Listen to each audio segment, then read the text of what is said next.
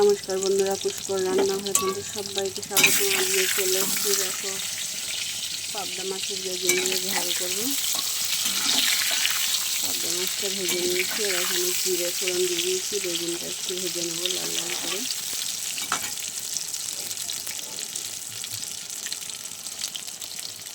স্বাদ মতো লবণ আর হলুদ দিয়ে দেবো।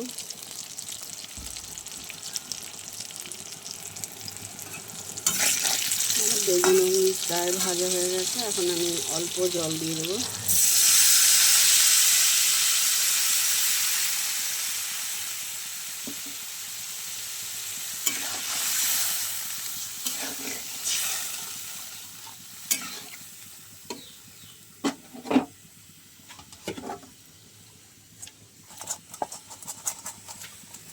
ভেজে রাখা মাছগুলো দিয়ে দিচ্ছি।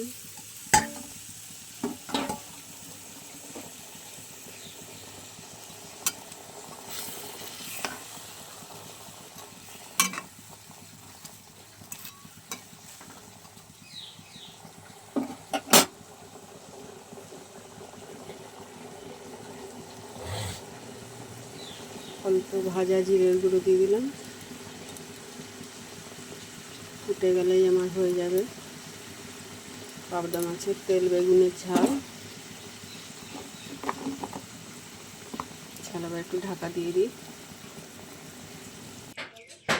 কেমন হয়েছে বন্ধুরা আমার তেল বেগুনের ঝাল? অবশ্যই কিন্তু কমেন্ট করে জানিও, আর ভালো লাগে লাইক শেয়ার অবশ্যই করো। চলো আজকের মতো রাখি, দেখা হবে নতুন কোনো রেসিপি নিয়ে আগামীকাল।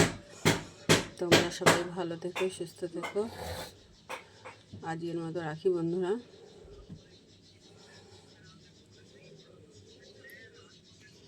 চলো টাটা।